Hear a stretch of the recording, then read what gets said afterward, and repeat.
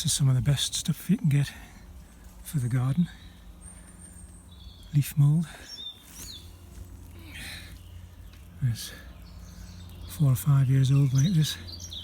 It's an excellent soil conditioner.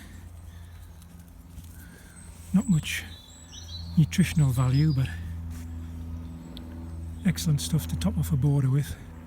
Improve clay soils, add a bit of humus, drainage, moisture holding potential. It's got everything going for it. And the worms love it. So it'll increase your worm population in the soil, improve your soil health. Stuff on the top needs a bit more time to rot down. This is what we dragged out. The only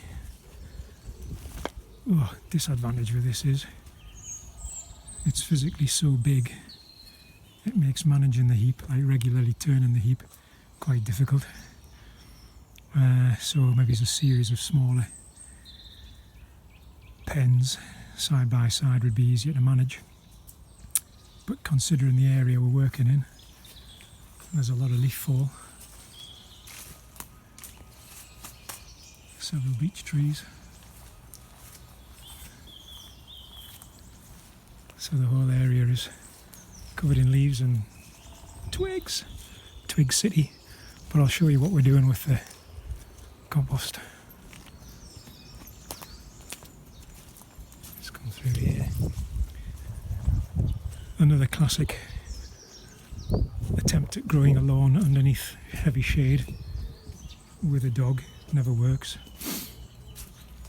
So we've moved some of this year's leaf fall into the borders, but what we're doing is topping it off with that old stuff from the bottom of the leaf mould pile, and that works like a lasagna bed, so you're getting different layers of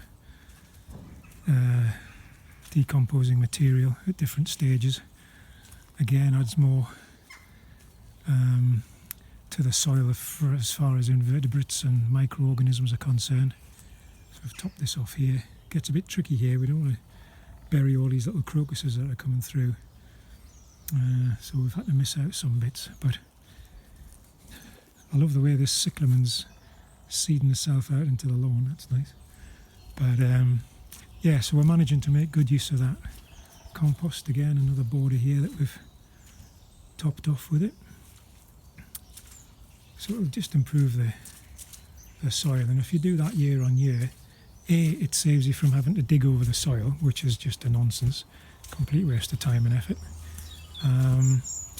And you're continually improving the soil slowly over years and years. Going to get rid of some in there and mulch all over the top of that as well. But an hour ago this lawn was covered in leaves and twigs and beech nuts. I mean, there's still a lot of beech nuts on it, but we can live with that. But yeah, get your leaves on your borders and let the worms do the work. That's smart gardening.